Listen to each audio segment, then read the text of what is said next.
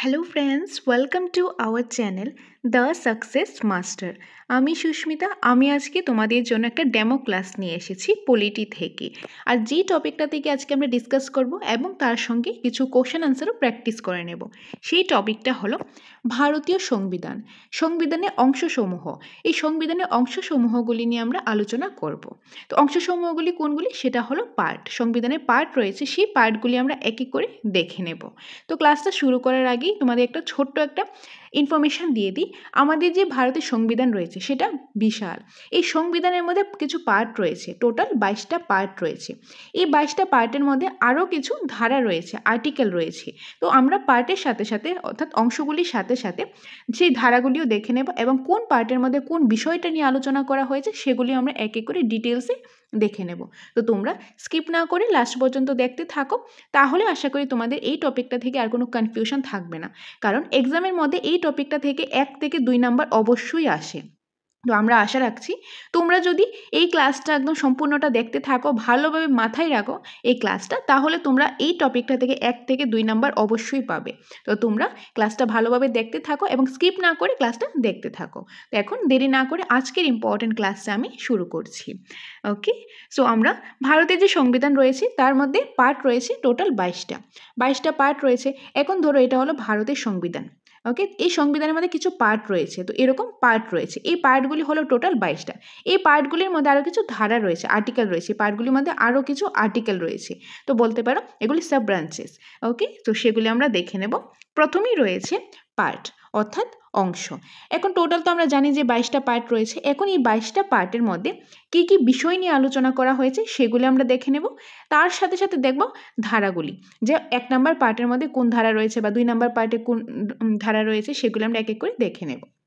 So first 1 number, 1 number পার্টের মধ্যে বা অংশের মধ্যে যেই বিষয়টা নিয়ে আলোচনা করা হয়েছে সেই বিষয়টা হলো ভারতীয় ইউনিয়ন ও ভূখণ্ড এলাকা। ভারতীয় যে ইউনিয়ন রয়েছে এবং ভূখণ্ডগত এলাকা রয়েছে সেই বিষয়টা নিয়ে, সেই পুরাটা বিষয় নিয়ে একদম বিস্তারিতভাবে পার্ট 1-এ আলোচনা করা হয়েছে। আর যে আর্টিকেল রয়েছে অর্থাৎ ধারা রয়েছে সেটা হলো 1 থেকে 4 নম্বর ধারাতে এই ব্যাপারটা নিয়ে ডিসকাস করা হয়েছে। Next part number 2। Part number 2 এর মধ্যে যেই বিষয়টা নিয়ে আলোচনা করা হয়েছে সেই বিষয়টা হলো নাগরিকত্ব। খুবই ইম্পর্টেন্ট, ভেরি ভেরি ইম্পর্টেন্ট, নাগরিকত্ব। তো নাগরিকত্ব কোন পার্টের মধ্যে আলোচনা করা হয়েছে? পার্ট নাম্বার 2-এ। আর আর্টিকেল নাম্বার 5 থেকে 11, খুবই ইম্পর্টেন্ট। এখন এখান থেকে এক্সামের মধ্যে কীভাবে কোশ্চেন আসতে পারে, ধরো দিয়ে দিল নাগরিকত্ব ভারতের সংবিধানের কত কত নম্বর অংশের মধ্যে রয়েছে, মানে কত নম্বর পার্টের মধ্যে রয়েছে, তো তাহলে আনসার কি হবে? 2 নাম্বার। বা এরকম দিয়ে দিল 2 নাম্বার যে পার্টটা রয়েছে সেটার মধ্যে কোন বিষয়টা নিয়ে আলোচনা করা হয়েছে, কোন বিষয়টা? নাগরিকত্ব। এরকম আসতে পারে বা আর্টিকেল থেকেও আসতে পারে। তো আমাদের সম্পূর্ণটা বিষয় মাথায় রাখতে হবে। আজকে ক্লাসের মেইন ফোকাসটা আমাদের থাকবে পার্ট নাম্বার এবং কোন পার্টে কোন বিষয়টা নিয়ে আলোচনা করেছে সেটা। আর ধারাটার মধ্যে এখন ফোকাস থাকবে না, তাও আমরা জেনে নেব। এই যে আর্টিকেলের ক্লাস রয়েছে, ধারার ক্লাসটা রয়েছে, সেটা সেপারেটভাবে তোমাদের জন্য আমি ক্লাস নিয়ে আসবো। তো আজকের মেইন ফোকাস হলো পার্ট এবং তার বিষয়গুলি। ওকে, সো পার্ট নাম্বার 1-এর মধ্যে ভারতীয় ইউনিয়ন ও ভূখণ্ডগত এলাকা সম্পর্কে আলোচনা করা হয়েছে এবং পার্ট নাম্বার 2-এর মধ্যে নাগরিকত্ব, আর তার পাশাপাশি ধারাগুলি ওখানে দেওয়া রয়েছে। নেক্সট আমরা যেটা দেখব সেটা হলো 3 নম্বর পার্ট 3। পার্ট 3 এর মধ্যে কি আলোচনা করা হয়েছে? মৌলিক অধিকার। খুবই ইম্পর্টেন্ট, ভেরি ভেরি ইম্পর্টেন্ট, মৌলিক অধিকার। এখান থেকে কিন্তু কোশ্চেন আসে। এই যে মৌলিক অধিকার, মৌলিক অধিকার নিয়ে কোন পার্টের মধ্যে আলোচনা করা হয়েছে? পার্ট নাম্বার 3-এর মধ্যে, এবং ধারা হলো 12 থেকে 35, 12 to 35। নেক্সট 4 নম্বর রাষ্ট্রের নির্দেশমূলক নীতিসমূহ। রাষ্ট্রের যে নির্দেশমূলক নীতিসমূহগুলি রয়েছে সেগুলি বিস্তারিতভাবে আলোচনা করা হয়েছে পার্ট নাম্বার 4-এর মধ্যে, এবং ধারা হলো 36 to 51। নেক্সট রয়েছে 4A। এখন কথা হলো 4 তো আমরা এখানে দেখে নিলাম, এখানে আবার 4 আসলো, 4A। তো এটার মানে কি? দেখো, আমাদের তো ভারতের সংবিধানের মধ্যে 22টা পার্ট রয়েছে।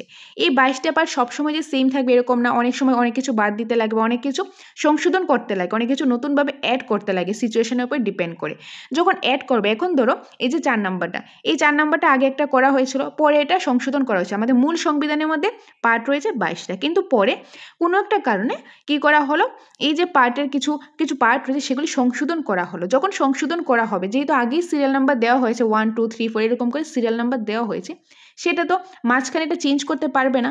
তার জন্য যদি কোনো পার্ট চেঞ্জ করা হয়, যদি এটা সংশোধন করা হয়, তাহলে সেটা নাম দিয়ে দেবে, ধরো পার্ট 4টা এখানে পরবর্তী সময় সংশোধন করা হয়েছে।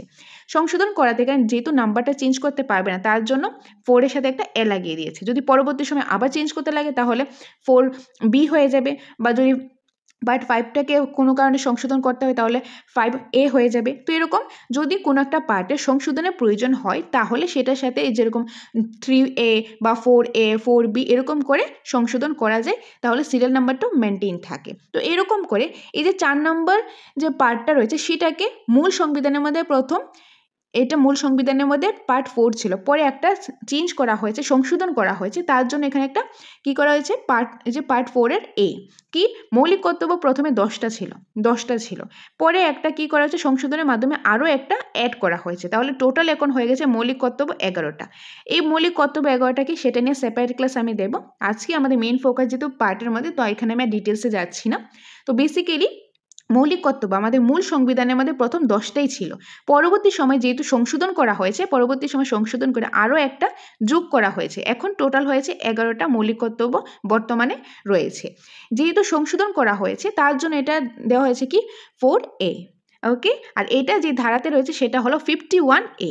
যেহেতু সংশোধন করা হয়েছে তার জন্য এখানে 51A দেওয়া হয়েছে, কারণ পার্টের সাথে সাথে ধারাটাও তো এখানে সংশোধন করা হয়েছে, তো এটারও কি দিয়েছে 51A।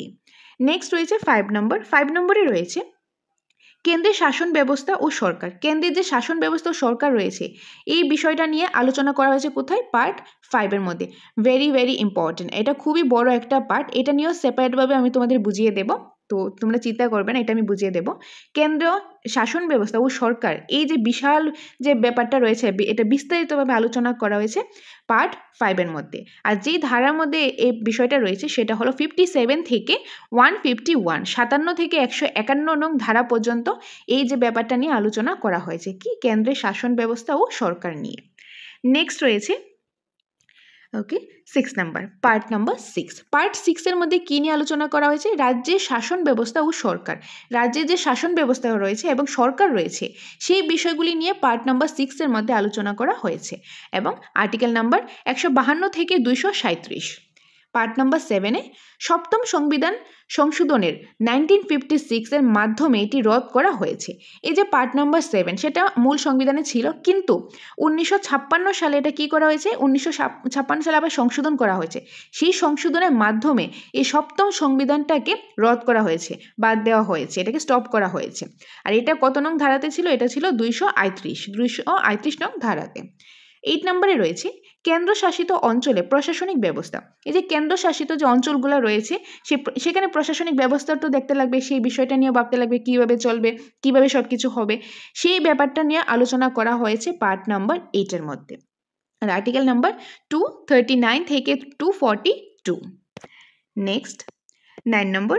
এখন 9 নম্বর পার্টের মধ্যে যেই বিষয়টা নিয়ে আলোচনা করা হয়েছে সেটা হলো পঞ্চায়েত ব্যবস্থা। খুবই ইম্পর্টেন্ট, একদম স্টার মার্ক দিয়ে রাখতে পারো, খুবই ইম্পর্টেন্ট পঞ্চায়েত ব্যবস্থা। এই যে পঞ্চায়েত ব্যবস্থার ব্যাপারে আলোচনা করা হয়েছে পার্ট 9 এর মধ্যে। আর আর্টিকেল নাম্বার 243 থেকে 243 ও, 243 থেকে 243 ও, এটা ভালোভাবে মাথায় রাখবে, খুবই ইম্পর্টেন্ট। নেক্সট এই যে 9 এর মধ্যে এখন আবার এই যে পার্ট নাম্বার 9টা রয়েছে, এটা মূল সংবিধানের প্রথম শুধু পঞ্চায়েত ব্যবস্থাই ছিল, কিন্তু পরবর্তী সময়ে এই পার্ট নাম্বার 9টাকে আরও কিছু সংশোধন করে আরও নতুন কিছু যোগ করেছে। সেগুলি কি, এই যে 9A-তে কি রয়েছে, পৌর শাসন সংস্থা। এই পৌর শাসন সংস্থা প্রথমে আমাদের মূল সংবিধানে ছিল না, এটা পরবর্তী সময়ে যে সংশোধনের মাধ্যমে পৌর শাসন সংস্থাটাকে যোগ করা হয়েছে। আর যেহেতু যোগ করা হয়েছে সিরিয়াল নাম্বার চেঞ্জ করা যাবে না, তার জন্য সিরিয়াল নাম্বারটাকে মেনটেন করার জন্য যাতে কোনো কনফিউশন না থাকে সেই জন্য এটা নাম দেওয়া হয়েছে পার্ট 4A।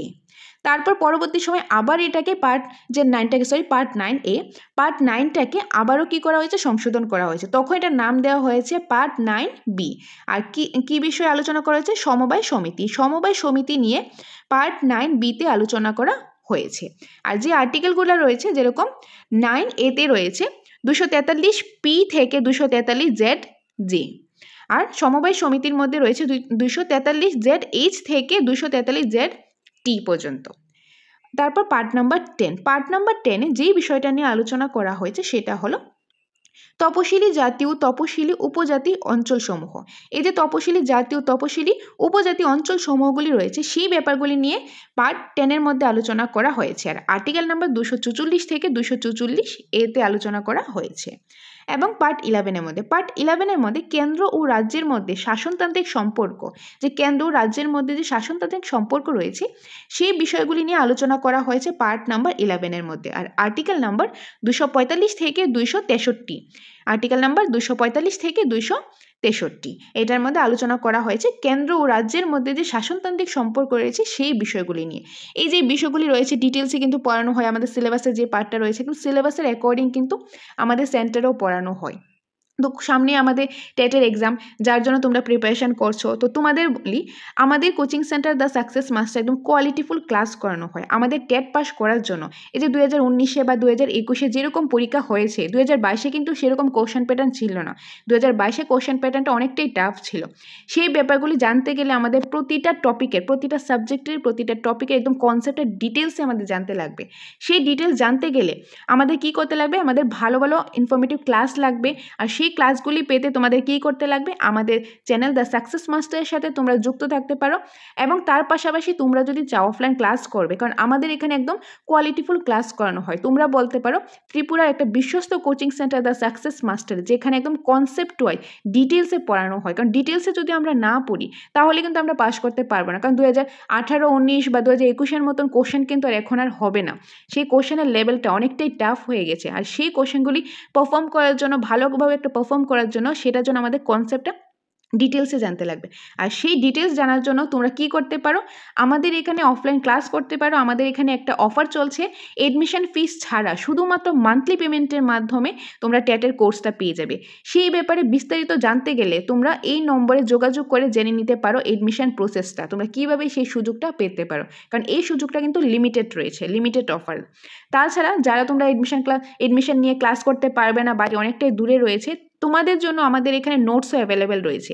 একদম টেট 1, টেট 2, এসটিজিটি সম্পূর্ণ নোটস অ্যাভেলেবেল রয়েছে। যেই নোটসটাতে প্রতিটা সাবজেক্টের, প্রতিটা টপিকের প্রথমে রয়েছে কি কনসেপ্ট, কারণ কনসেপ্টটা মেইন। কনসেপ্টটা ক্লিয়ার থাকলে যেখান থেকে কোশ্চেন আসুক আমরা অবশ্যই আনসার করতে পারবো।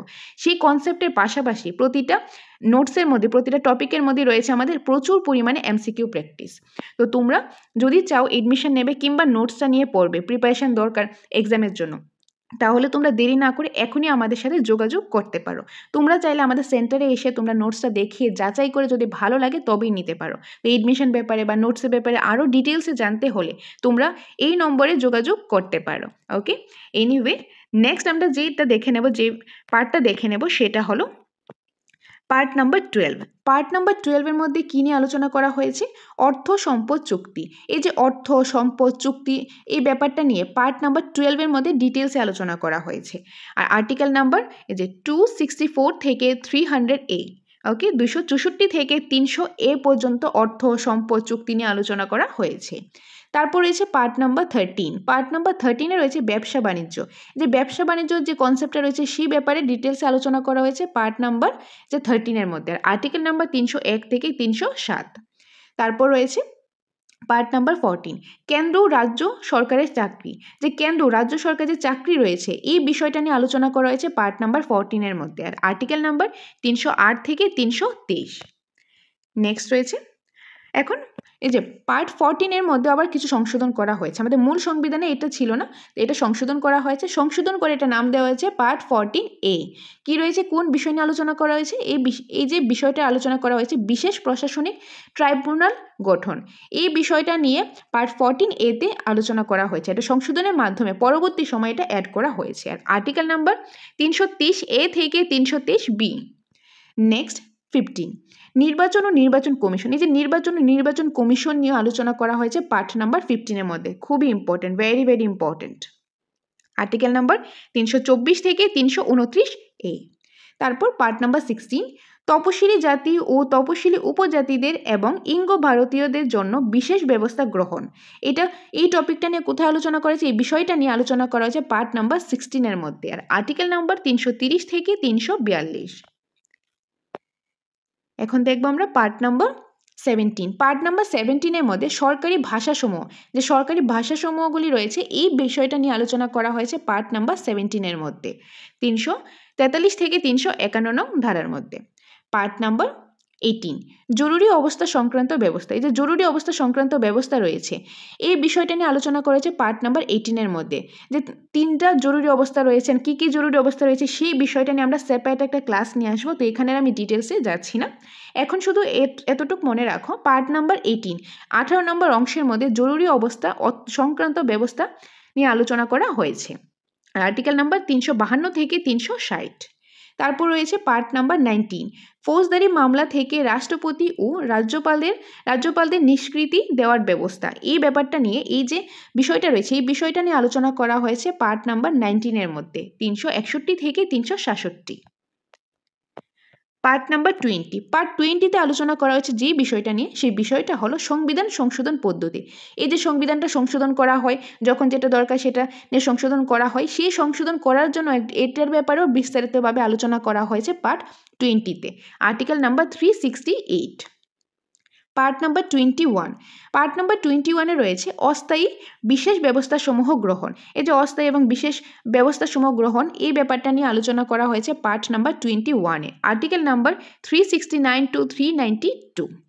পার্ট নাম্বার 22 একদম লাস্ট পার্টটা, কারণ টোটাল 22টা পার্ট রয়েছে, এই লাস্ট পার্টের মধ্যে যে বিষয়টা নিয়ে আলোচনা করা হয়েছে সেটা হলো সংবিধানের সংক্ষিপ্ত শিরোনাম সূচনা ও বাতিল সম্পর্কিত ব্যবস্থাসমূহ, যে সংবিধানের সংক্ষিপ্ত শিরোনাম সূচনা ও বাতিল সম্পর্কিত যে ব্যবস্থাগুলি রয়েছে সেই ব্যবস্থাগুলি নিয়ে আলোচনা করা হয়েছে, বিস্তারিতভাবে আলোচনা করা হয়েছে পার্ট নাম্বার 22 এ লাস্ট নাম্বার পার্টের মধ্যে, আর আর্টিকেল নাম্বার 393 থেকে 395।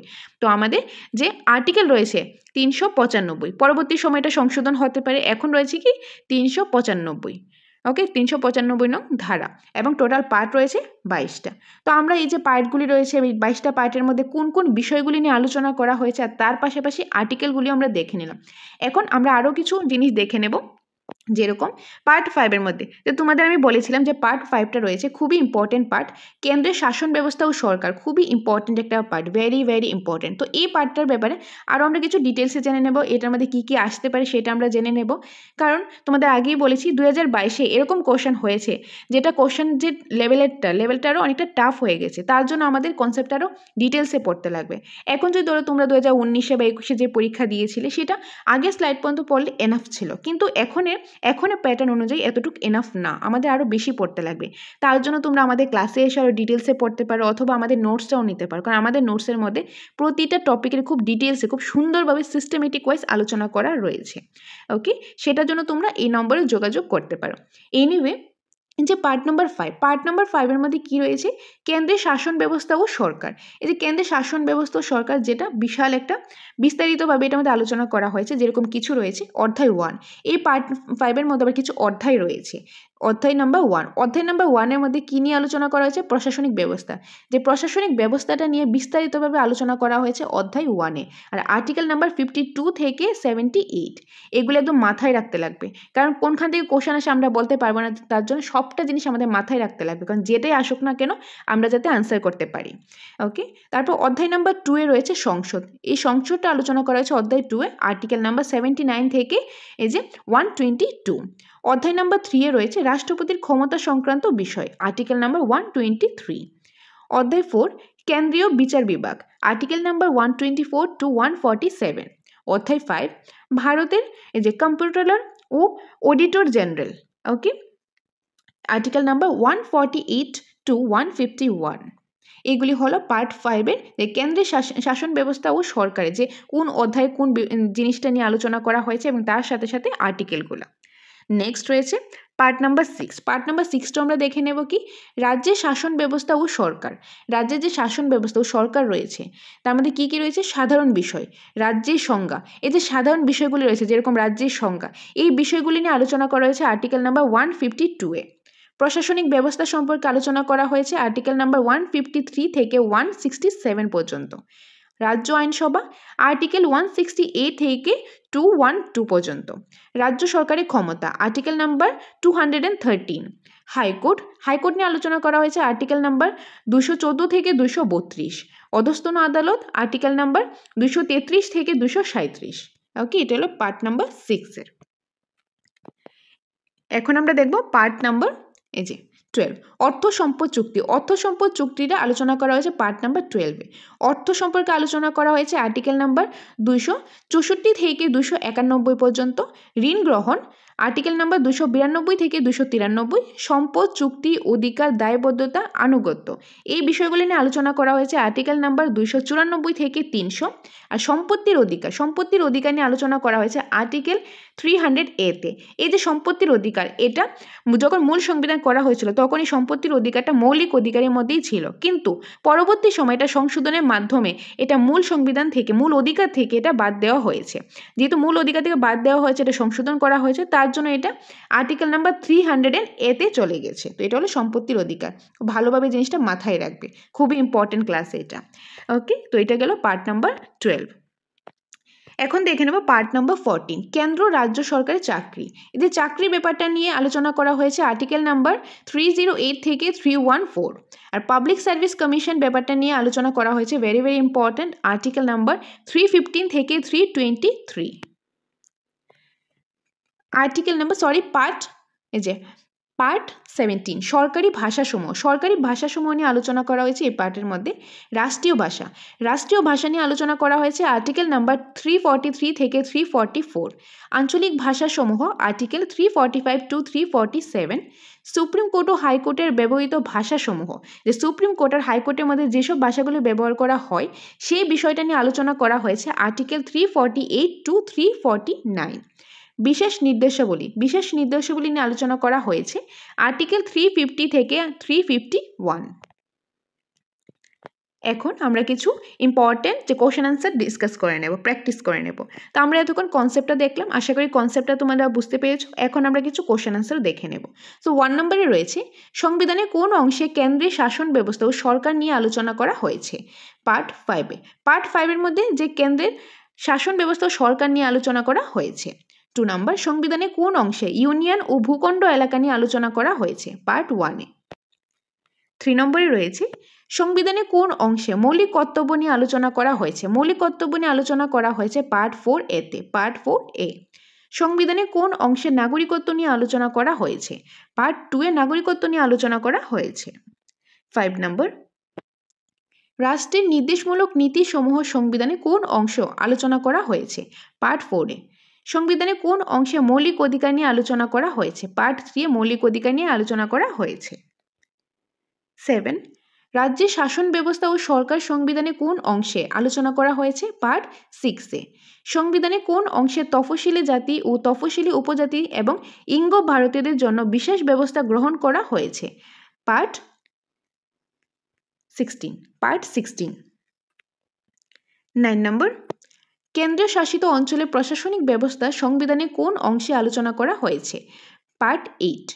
10, সংবিধানে কোন অংশে নির্বাচন ও নির্বাচন কমিশন নিয়ে আলোচনা করা হয়েছে? Part number 15। 11, পঞ্চায়েত ব্যবস্থা সংবিধানে কোন অংশে আলোচনা করা হয়েছে? Part number 9-এ। 12, কেন্দ্র ও রাজ্য সরকারের চাকরি সংবিধানে কোন অংশে আলোচনা করা হয়েছে? Part number 14। 13, তফসিলি জাতি ও তফসিলি উপজাতি অঞ্চল সমূহ নিয়ে সংবিধানে কোন অংশে আলোচনা করা হয়েছে? পার্ট 10। 14, সংবিধানে কোন অংশে কেন্দ্র ও রাজ্যের মধ্যে শাসনতান্ত্রিক সম্পর্ক নিয়ে আলোচনা করা হয়েছে? Part number 13। ওকে, সো এই ছিল আজকের ক্লাসে ইম্পর্টেন্ট কিছু কনসেপ্ট প্লাস এমসিকিউস আমরা দেখে নিলাম। আশা করি তোমরা সম্পূর্ণটা বুঝতে পেরেছো। যদি ভালো লেগে থাকে লাইক করে দিও, কমেন্ট করে জানাবে ভালো লাগছে কিনা, সাজেশন থাকলে সেটাও দিতে পারো। আর যদি তোমাদের কাছে হেল্পফুল মনে হয় সাবস্ক্রাইব করে দিও এবং তোমাদের বন্ধুদের সাথেও শেয়ার করে দিও। এখন তোমাদের জন্য ছোট্ট একটা ইনফরমেশন, আমাদের coaching centre the success master notes available রয়েছে। টেট 1, টেট 2 এবং এসটিজিটি সম্পূর্ণ নোটস অ্যাভেলেবেল রয়েছে। তোমরা যদি এই নোটসগুলো নিতে চাও, আমাদের প্রতিটা নোটসের মধ্যেই কিন্তু একদম চ্যাপ্টার ওয়াইজ টপিক ওয়াইজ ডিটেলসে আলোচনা রয়েছে। প্রথমেই রয়েছে কনসেপ্ট, তারপর রয়েছে প্রচুর পরিমাণে এমসিকিউস। তো তোমরা যদি সেই নোটসটা নিতে চাও, তোমরা এই স্ক্রিনে দেওয়া নাম্বারে যোগাযোগ করতে পারো। এই নম্বরে যোগাযোগ করে আমাদের কোচিং সেন্টারে চলে আসতে পারো। সেখানে এসে তোমরা আগে নোটসটা দেখতে পারো, দেখে যদি ভালো লাগে, অ্যাপ্রোপ্রিয়েট মনে হয়, তবেই তোমরা নোটসটা নিতে পারো।